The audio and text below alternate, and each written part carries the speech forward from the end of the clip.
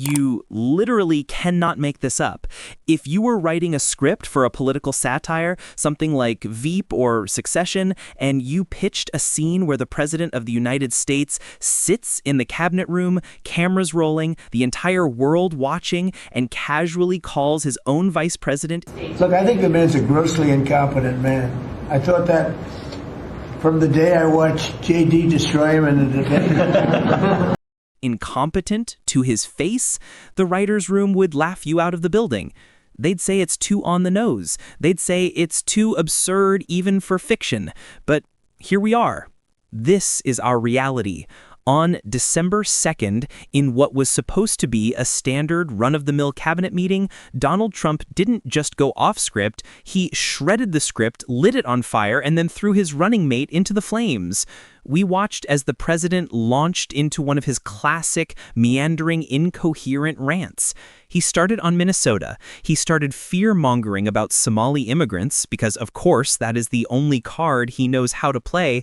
But then, in a moment that made every jaw in that room drop, he pivoted. He didn't pivot to policy. He didn't pivot to a solution.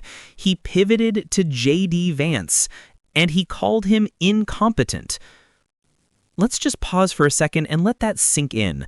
Let that breathe. This isn't an anonymous source leaking to the New York Times. This isn't people familiar with the matter whispering behind closed doors. This was televised. This was the President of the United States looking at the man he chose, the man who spent the last year debasing himself, changing his entire personality and kissing the ring just to get a seat at the table, and telling the world that this man doesn't know what he's doing. What we are witnessing isn't just a gaffe. The media is going to try to spin this. They'll say, oh, Trump was just speaking off the cuff. Or he was frustrated with the situation in Minnesota. Don't fall for it. This wasn't a slip of the tongue. This is a feature, not a bug, of Donald Trump's psychology. He demands absolute loyalty. He demands total submission. But the split second he feels backed into a corner, he will devour his own. JD Vance sold his soul for this position. He went from calling Trump cultural heroine to becoming his biggest cheerleader. And what is his reward? Public humiliation, national embarrassment, being called incompetent while sitting right next to the guy who hired him. It is absolutely pathetic. But more importantly, it is terrifying. Because if the President of the United States is this unhinged, this willing to torpedo his own administration in a fit of rage over a meandering conspiracy theory about Minnesota, what happens when there is an actual crisis? What happens when the cameras aren't rolling? We are watching the cannibalization of the executive branch in real time. This is the chaos presidency we were warned about.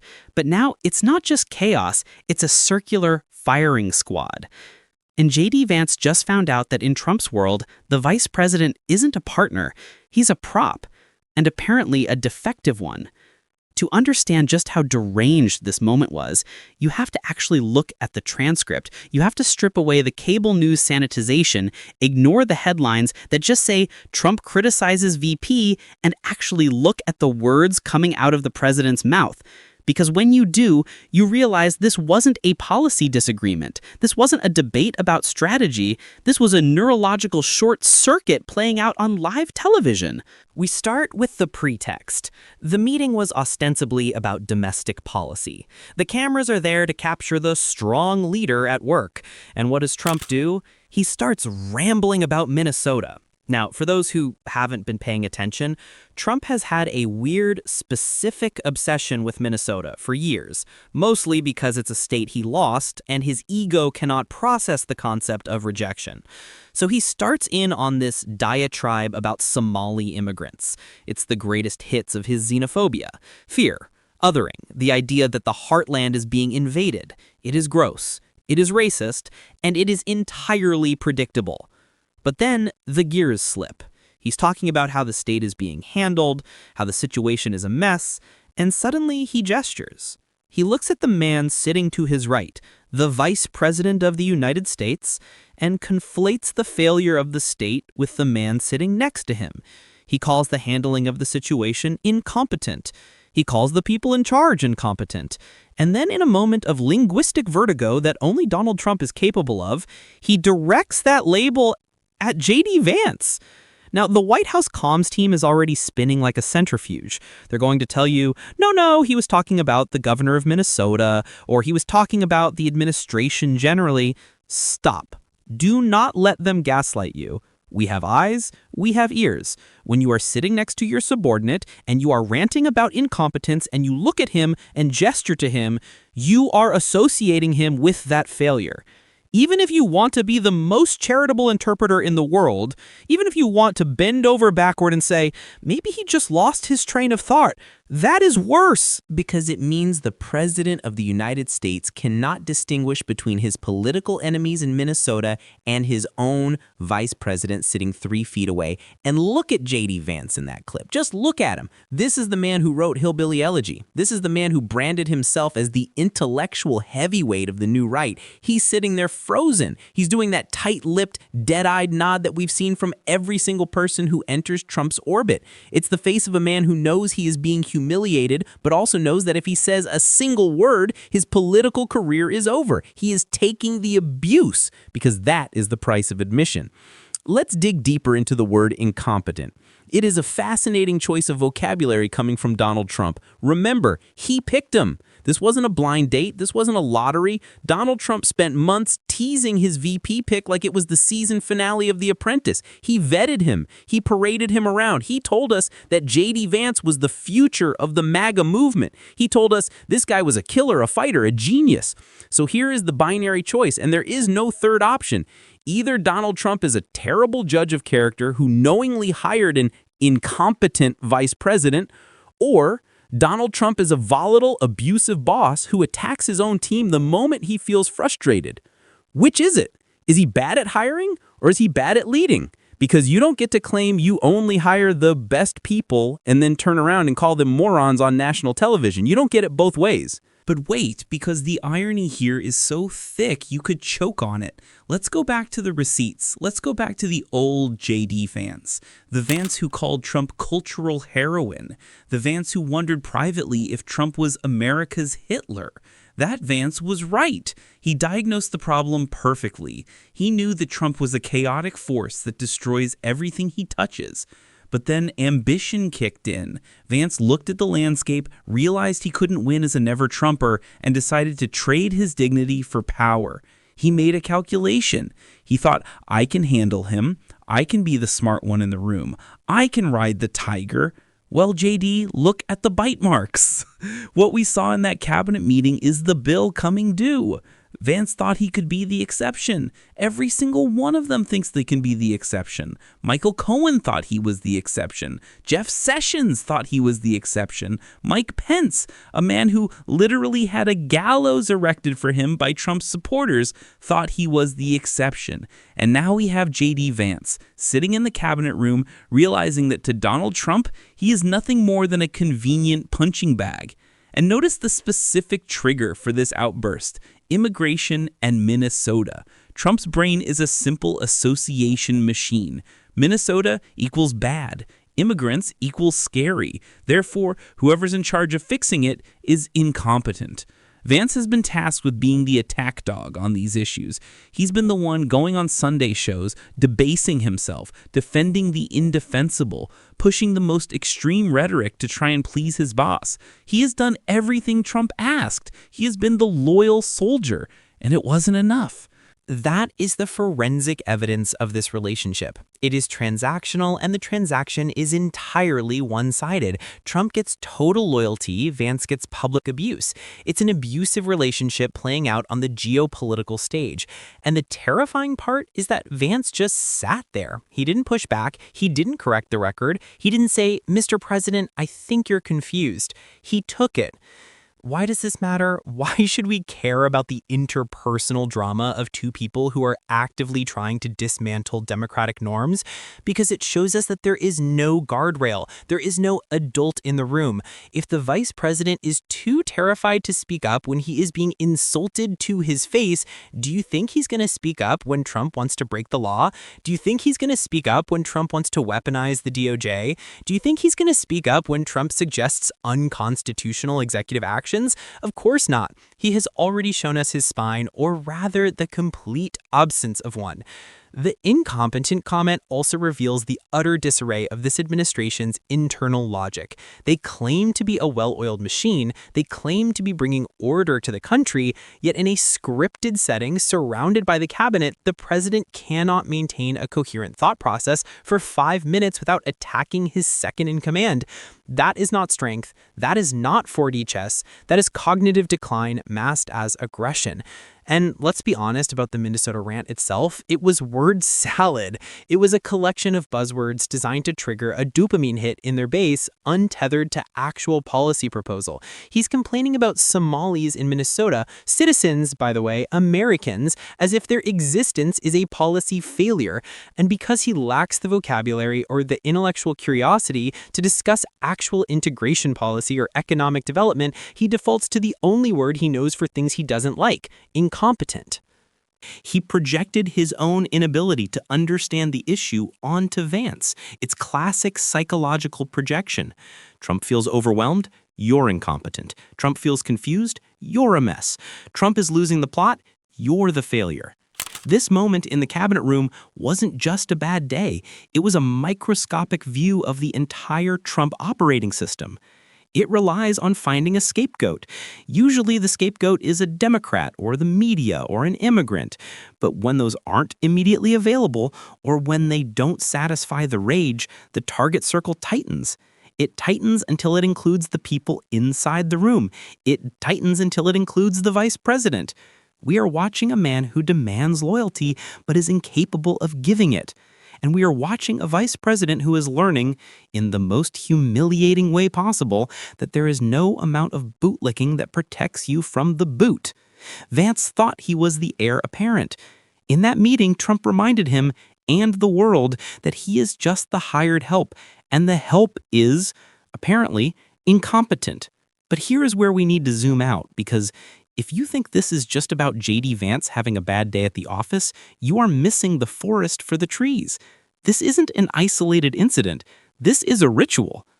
To understand what just happened to the vice president, you have to look at the graveyard of careers that Donald Trump has left behind him.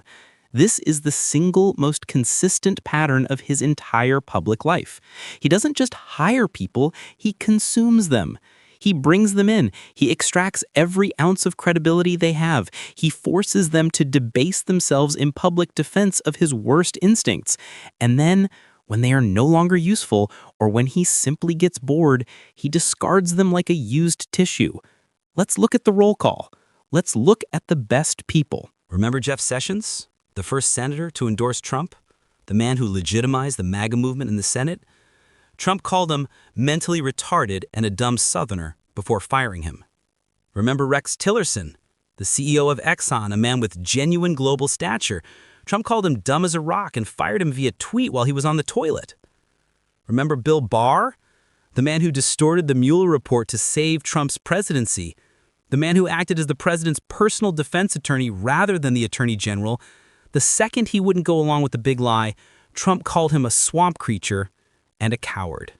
And of course, we cannot forget Mike Pence, the man who stood by Trump's side for 4 years with that frozen, beatific smile, the man who nodded along to every insanity.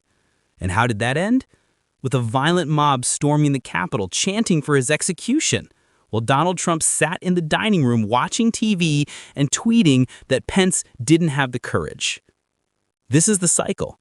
It is the authoritarian humiliation loop. Step 1, demand total loyalty. Step 2, force the subordinate to defend something indefensible, like a xenophobic rant about Minnesota. Step 3, blame the subordinate for the inevitable backlash or failure. Step 4, publicly humiliate them to assert dominance. JD Vance isn't a victim here. He's a volunteer. And that makes this even more pathetic because unlike Jeff Sessions or Rex Tillerson, who could arguably claim they didn't know exactly what they were signing up for in 2016, JD Vance has no excuse. He saw the movie. He saw the sequels. He saw the body count. And he looked at that meat grinder and said, I bet I can fit inside that. He thought he was smarter than them. He thought, I'm the Yale law graduate. I'm the intellectual. I can manage him. This is the fatal hubris of the modern Republican Party. They all believe they can ride the tiger without getting eaten. But the tiger is always hungry, and the tiger doesn't care about your law degree. And let's be extremely clear about why Trump does this. It isn't just about anger management. It's about power. In an authoritarian structure, you cannot have a strong number two.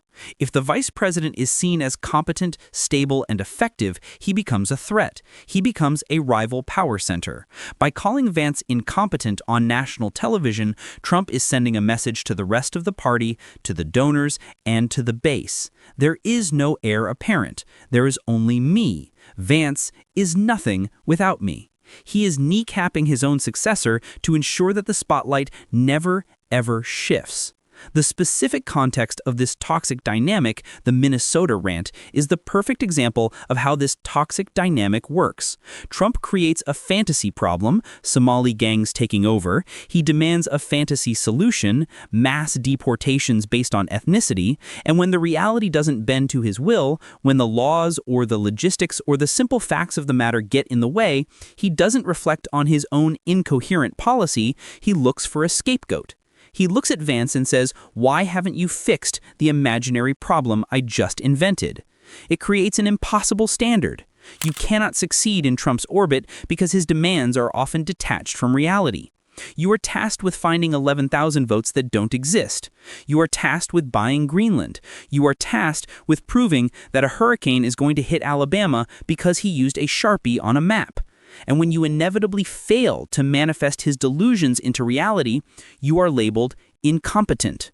Vance knows this. You can see it in his eyes. He is trapped in a prison of his own making. If he pushes back, he's a rhino traitor. If he stays silent, he's an incompetent doormat. He has traded his reputation for a position of power, only to find out that the position has no power and his reputation is being shredded by the very man he sought to please. But here is the darkest part of the pattern. The Republican Party will watch this happen, and they will say nothing. Where is the Senate leadership? Where are the sensible Republicans? They are silent because they are all terrified that they will be next. They see the President of the United States emasculate his own vice president, and they think, better him than me. It is a culture of cowardice that starts at the top and rots all the way down to the foundation. This isn't just about a bad boss. This is about the complete psychological capture of an entire political party by one man who requires the ritual sacrifice of his allies to sustain his own ego. JD Vance is just the latest log on the fire. And make no mistake, he won't be the last. So where does this leave us? If you treat this as just another episode of The Trump Show, you might chuckle and move on. You might make a meme about JD Vance's sad face. But if you actually care about the stability of the United States government, you should be terrified. Because we have now entered the terminal phase. This is the moment where the guardrails aren't just bending, they are gone. We are looking at a scenario where the President of the United States has publicly declared that his own successor, the man who was one heartbeat away from the nuclear codes, is incompetent. Let's play this out to its logical, horrifying conclusion. If Donald Trump truly believes his vice president is incompetent, then he is admitting to the world that he has knowingly placed the country in grave danger. He is admitting that he put a man he views as a fool in the second highest office in the land solely because that man flattered him. That is a confession of dereliction of duty. But the alternative is even worse. If Vance isn't incompetent, if this is just Trump lashing out because he needs to break someone, then we have a president who is psychologically incapable of maintaining a stable government. We are watching the executive branch being hollowed out from the inside. Think about the signal this sends to the rest of the world. Think about what Beijing is thinking right now. Think about what Moscow is thinking. They are watching a cabinet meeting where the American president is dismantling his own chain of command on live television. They see weakness. They see chaos. They see a superpower that is distracted by the petty, narcissistic feuds of a leader who treats governance like a reality TV elimination challenge. And what happens when the next crisis hits? Not a fabricated crisis about Minnesota, but a real one. A financial collapse, a pandemic, a war. Who is in the room? We know it won't be the adults. They've all been fired or scared off. It will be Donald Trump, surrounded by a terrified circle of sycophants who are watching JD Vance's carcass being dragged out of the room and thinking, I better not say anything. This is how democracies die. They don't always die with a bang. They die because the mechanisms of accountability are systematically destroyed. They die because the people who are supposed to say, no, Mr. President, that is illegal, or no, Mr. President, that is insane, are too busy trying to avoid being called incompetent on CNN. By neutering JD Vance, Trump has removed the last possible check within his own inner circle. Vance is now a zombie vice president. He has the title, but he has no authority. He cannot push back. He cannot offer counsel. He exists solely to absorb the president's rage. And that means Donald Trump is operating entirely alone, untethered, unchecked. This brings us to the nightmare scenario. We know what Trump wants to do. He has told us he wants to weaponize the Department of Justice against his political enemies. He wants to use the military for domestic deportations. He wants to purge the civil service and replace experts with loyalists. In the past, there was always the hope, however slim, that someone in the room would act as a buffer, that a vice president looking at his own political future might say, "Sir, we can't do that." JD Vance just lost the ability to say that. If Trump orders an unconstitutional act tomorrow, do you think the incompetent JD Vance is going to stand up and stop him? No, he is going to sign the paper. He is going to nod his head, because he has just been shown exactly what happens when you disappoint the king. We are staring down the barrel of an unrestrained presidency, a presidency where the only qualification for survival is total, unquestioning submission to the whims of a leader who creates his own reality. And let's be honest about the Republican Party's endgame here. They built this monster. They invited him in. They thought they could use his base to get their tax cuts and their judges, and they thought they could control the chaos. JD Vance is the personification of that failed gamble. He is the living proof that you cannot make a deal with the devil and expect to keep your soul or your dignity. The GOP has no future. It has no bench. It has no heir apparent. When Trump eventually leaves the stage, what is left? A party of broken men and women who have spent years training themselves to be doormats. There is no post-Trump Republican Party. There is only a crater. So what do? First, we refuse to normalize this. We refuse to let the media treat this as palace intrigue. This isn't gossip. This is a national security emergency. We have to call it what it is, an unfit president attacking a spineless vice president, leaving the American people vulnerable to the whims of a madman. Second, we have to recognize that the cavalry isn't coming. The cabinet isn't going to invoke the 25th Amendment. The Senate Republicans aren't going to hold hearings. JD Vance isn't going to resign in protest. They are all complicit. They are all strapped into the roller coaster, and they are dragging the rest of us along for the ride. The only check left is us. The only thing that stops this from becoming the permanent state of American politics is the ballot box. We have to organize with the same intensity that they obsess over their grievances. We have to show up in numbers that make their gerrymandering and their voter suppression irrelevant. Because if we don't, this cabinet meeting is just a preview. It's a trailer for a horror movie that never ends. A movie where competence is punished, loyalty is weaponized, and the truth is whatever the loudest voice in the room says it is. JD Vance might be incompetent in Trump's eyes, but the real incompetence would be on us if we looked at this spectacle, shrugged our shoulders, and decided it was just politics as usual. It's not. It's a warning. And the sirens are blaring. I'm Ethan Cole. Don't just watch. Subscribe, get active, and let's make sure these people never get the chance to burn it all down again.